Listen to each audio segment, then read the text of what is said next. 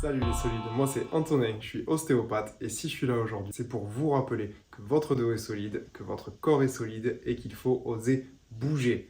Aujourd'hui, on va parler de l'articulation sacro-iliaque. Je vais le faire en 3 parties. Une première partie où je vais vous expliquer en moins de 2 minutes ce que c'est que l'articulation sacro-iliaque et où elle se trouve. Une partie où je vais vous montrer 3 étirements pour soulager les tensions autour de cette articulation en 5 minutes. Et une troisième partie où je vous montrerai 2 exercices de renforcement que vous pouvez faire chez vous très facilement pour renforcer la zone de l'articulation sacro-iliaque. Allez, on est parti. Du coup, l'articulation sacro-iliaque, qu'est-ce que c'est? C'est une articulation en fait qui va faire la jonction entre les os du bassin et l'os du sacrum, qui est un petit os triangulaire en bas de la colonne vertébrale. En fait, la jonction va se faire juste là, en bas du dos, et c'est une articulation qui va être très protégée par tout le système musculaire. On va retrouver les muscles fessiers, donc le grand fessier, le moyen fessier, le petit fessier, le piriforme. On va retrouver des muscles comme le psoas iliaque qui va redescendre des lombaires, dans la hanche, dans le bassin. On va retrouver aussi des muscles tels que les quadriceps, les muscles du coup de la face avant de la cuisse, les ischio-jambiers qui vont être les muscles de la face arrière de la cuisse et plein d'autres petits muscles. La douleur de type sacro-iliaque, ça va se rapprocher un petit peu d'une sciatique, d'une sciatalgie. C'est-à-dire que c'est une douleur qui va partir en bas du dos et qui va descendre un peu dans la fesse sans pour autant descendre jusqu'à la cuisse, jusqu'au genou ou dans la jambe. C'est vraiment quelque chose qui va rester assez haut. Ça peut être une douleur aussi qui nous gêne quand on passe de la position assis à debout, quand on se lève. C'est vraiment quelque chose qui est un peu profond. C'est la fameuse articulation qui est responsable du bassin décalé dont on peut entendre parler par certains professionnels de santé. Elle va servir de point de jonction entre le membre inférieur, c'est-à-dire les jambes, et le tronc, le membre supérieur, la colonne vertébrale. Donc c'est une articulation qui a quand même un rôle crucial au niveau postural. Même si c'est une articulation qui en elle-même est très peu mobile, c'est-à-dire qu'elle bouge vraiment pas beaucoup, c'est une articulation qui subit des contraintes dans tous les mouvements du quotidien.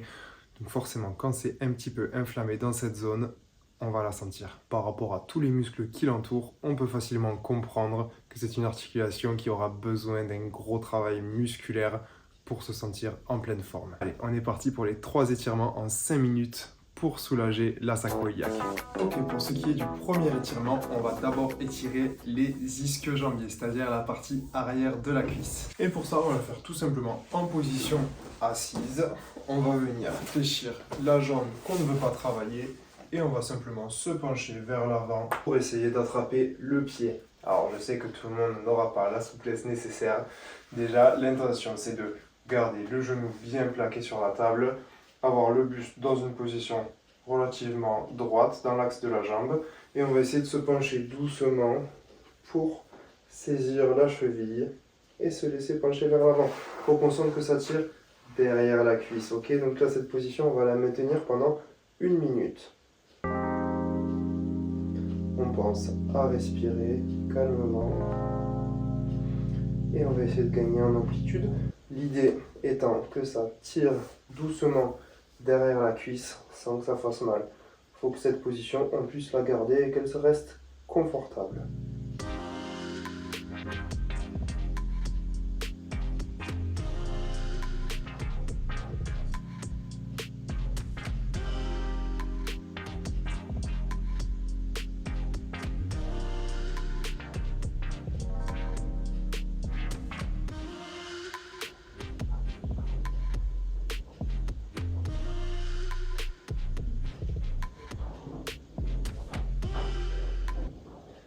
Ok, au bout d'1 minute, on peut relâcher et on va faire exactement l'inverse.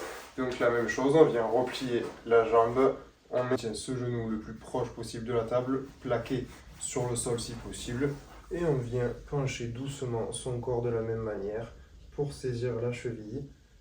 Et si on peut, si on est assez souple, on va essayer d'attraper le pied. L'idée étant vraiment de garder le buste dans l'axe de la jambe et de descendre là où on peut. Si ici on sent déjà que ça tire derrière la cuisse, c'est pas grave, il n'y a pas de souci. On va travailler chacun à son rythme. L'idée c'est de faire cet étirement pendant 1 minute. Vous allez voir qu'au fil des jours, ça va être de mieux en mieux. Donc là on va garder cet étirement et on vient chercher le pied, on se relâche et on étire pendant 1 minute.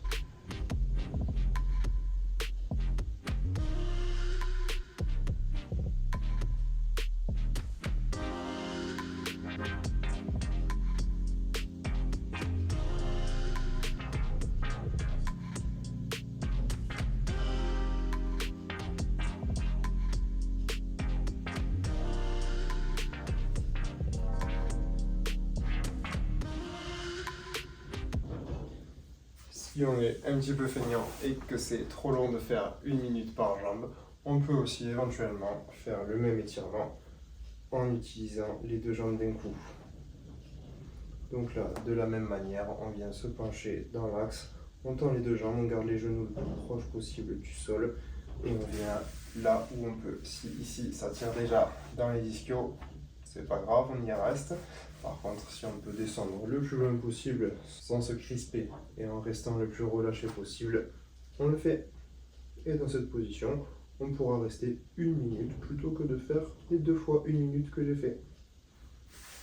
Allez, on va passer tout de suite au deuxième étirement. On va travailler cette fois-ci les muscles fessiers et particulièrement le muscle piriforme. Pour ce deuxième étirement, on va venir se mettre en position assise à nouveau, donc on peut rester dans la même position que tout à l'heure. On va ramener la jambe vers soi, le pied au sol et on vient grandir le buste et ramener doucement la jambe vers soi.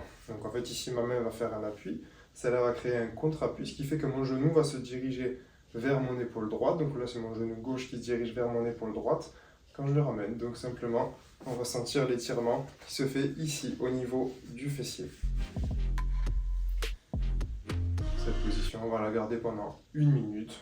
Donc comme tout à l'heure on est sur un étirement qui va créer une tension mais qui n'est pas douloureux. Donc on maintient ça pendant 1 minute, on respire et on reste relâché.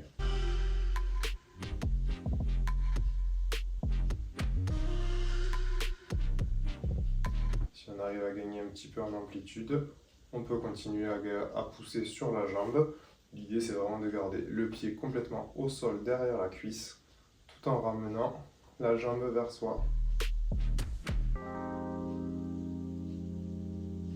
Ok, maintenant que ça fait 1 minute, on va faire la même chose de l'autre côté. Donc, comme je vous disais, on ramène la jambe, le pied bien posé. On vient faire appui, contre-appui. Et là, maintenant, mon genou droit, je vais le ramener vers mon épaule gauche en maintenant toujours le buste droit. Et je viens créer du coup une rotation interne de la hanche pour étirer mon muscle piriforme.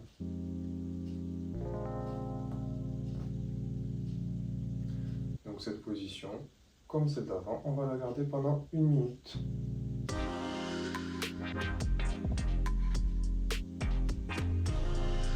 On respire tranquillement. On pense qu'on va y rester pendant 1 minute. On essaye de se relâcher tout en gardant le buste droit. Et l'idée c'est surtout de ne pas se crisper.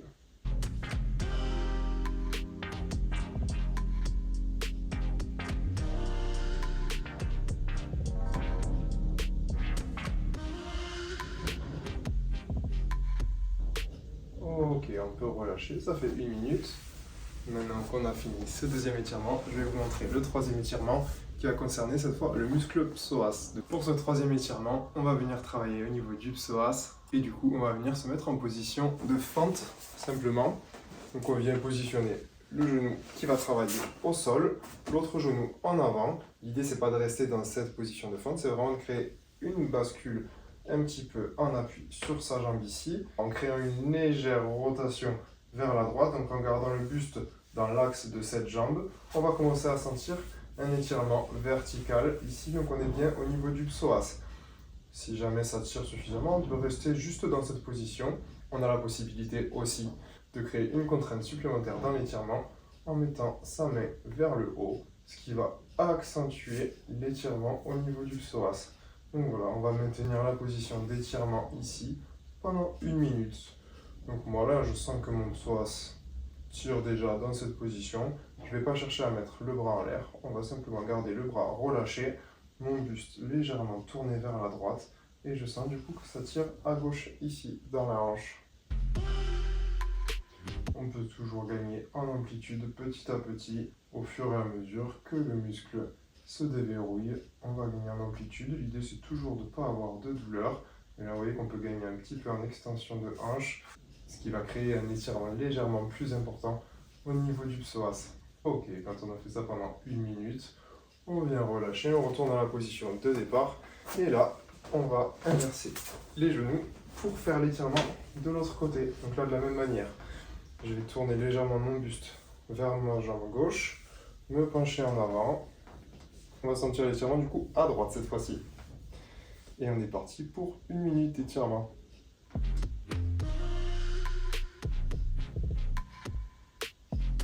De la même manière, on peut ajouter le bras droit vers le haut et créer une petite inclinaison à gauche pour accentuer l'étirement.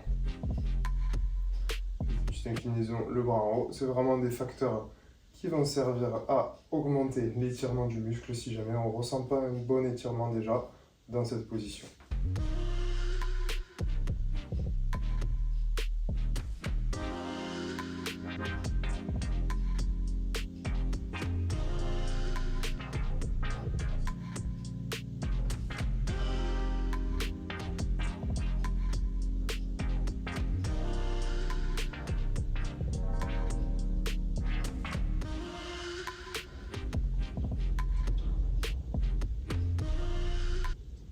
Ok, maintenant que ça fait 1 minute, on peut relâcher doucement. Et maintenant, on va passer sur les 2 exercices de renforcement que je vais vous proposer. Allez, c'est parti! Pour ce premier exercice de renforcement, je vais vous proposer de travailler dans une position de squat profond. Si vous avez du mal avec la position de squat profond, vous pouvez rehausser un petit peu à la hauteur qui vous convient.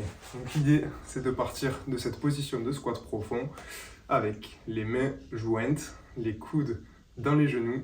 Et l'idée, ça va être de pousser les hanches vers l'extérieur. Donc là, on voit que mes genoux décollent de mes coudes sans que j'ai bougé mes coudes.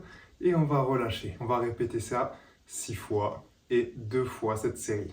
On va donc faire 6 fois 10 secondes où on écarte les jambes et 10 secondes où on récupère. Et cet enchaînement de 10 secondes, 6 fois, on le fera 2 fois. Donc au total, on l'aura fait 12 fois. On est dans cette position. On vient pousser pendant 10 secondes. Ok, donc là vraiment on décolle les genoux des coudes. Et on relâche. Ok, donc une fois qu'on a fait ça, on récupère 10 secondes également. Une fois qu'on a fait 10 secondes, on repart sur 10 secondes où on vient pousser les genoux. Et allez, on est parti.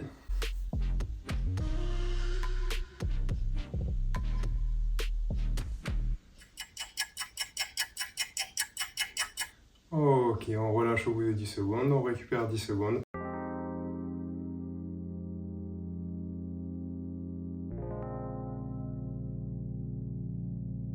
Et allez, on est parti.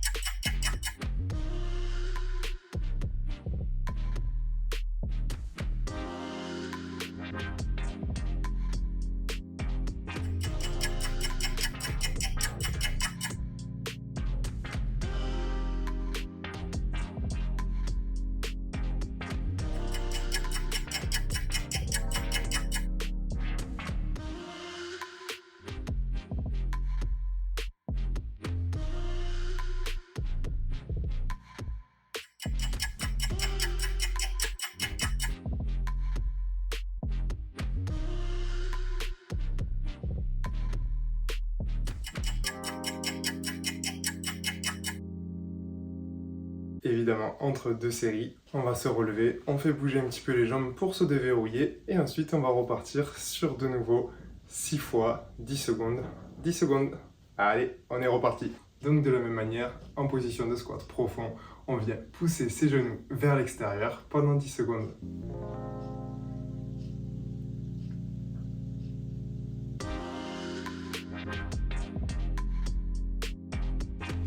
Et on relâche. Et on repart pour 10 secondes de récupération, 6 fois.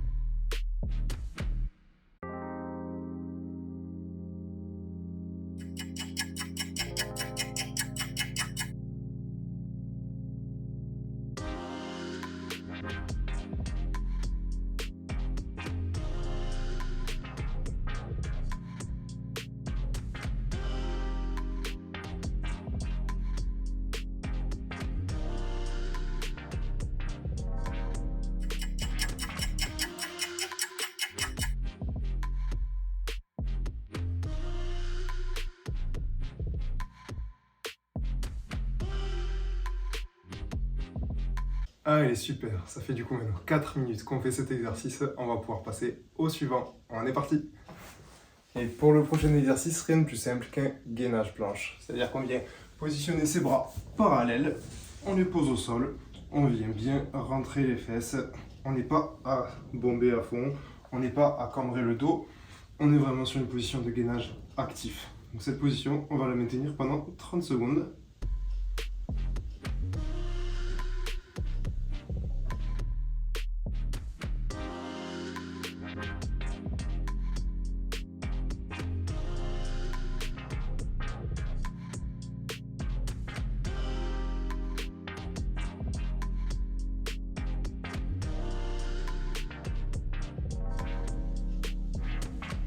Et au bout de 30 secondes, on peut relâcher. Donc on va souffler pendant 30 secondes, on récupère. L'idée c'est de relâcher un petit peu la tension, on récupère pendant 30 secondes et on va repartir. On en a fait un, il nous en reste 3 à faire.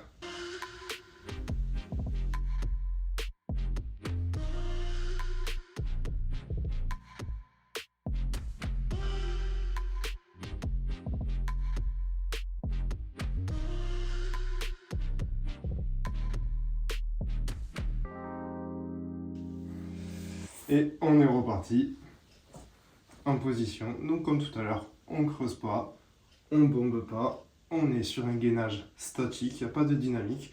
On est en planche et ça va durer 30 secondes.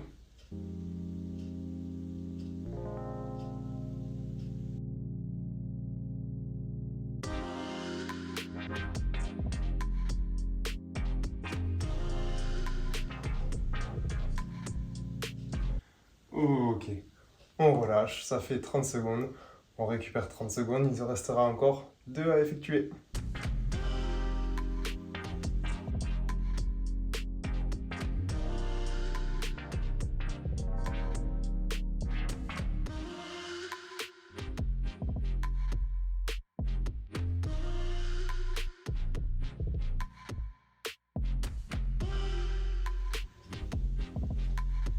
On est parti pour 30 secondes. Allez.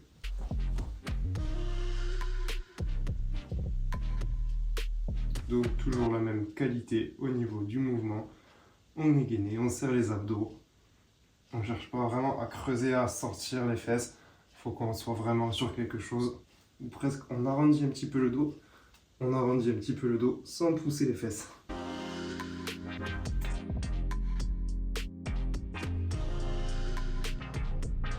Ok, au bout de 30 secondes, on relâche.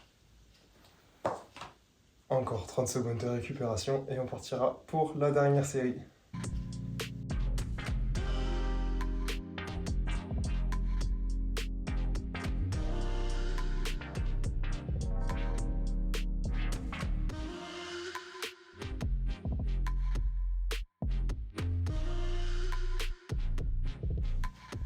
J'espère que vous êtes prêts. Ça peut piquer un petit peu, mais ça devrait le faire. Allez, 3, 2, 1, c'est parti. Donc, je sais pas si vous voyez, là mon dos n'est pas actif. Là mon dos et mes abdos sont actifs, sont engagés. Et là ça sert à quelque chose. Donc toujours pareil, 30 secondes d'effort.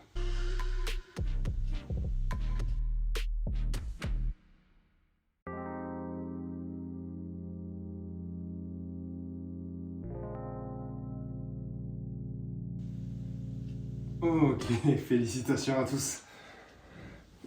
Ok les solides, j'espère que vous avez bien transpiré, que vous avez bien forcé et qu'on va réussir à soulager cette petite articulation sacro-iliaque. Si cette petite vidéo vous a plu, n'hésitez pas à appuyer sur le bouton j'aime, à vous abonner et à me dire en commentaire s'il y a des sujets que vous souhaiteriez que j'aborde. C'était Antonin et n'oubliez pas que votre dos est solide, que votre corps est solide et qu'il faut oser bouger. Allez, à plus!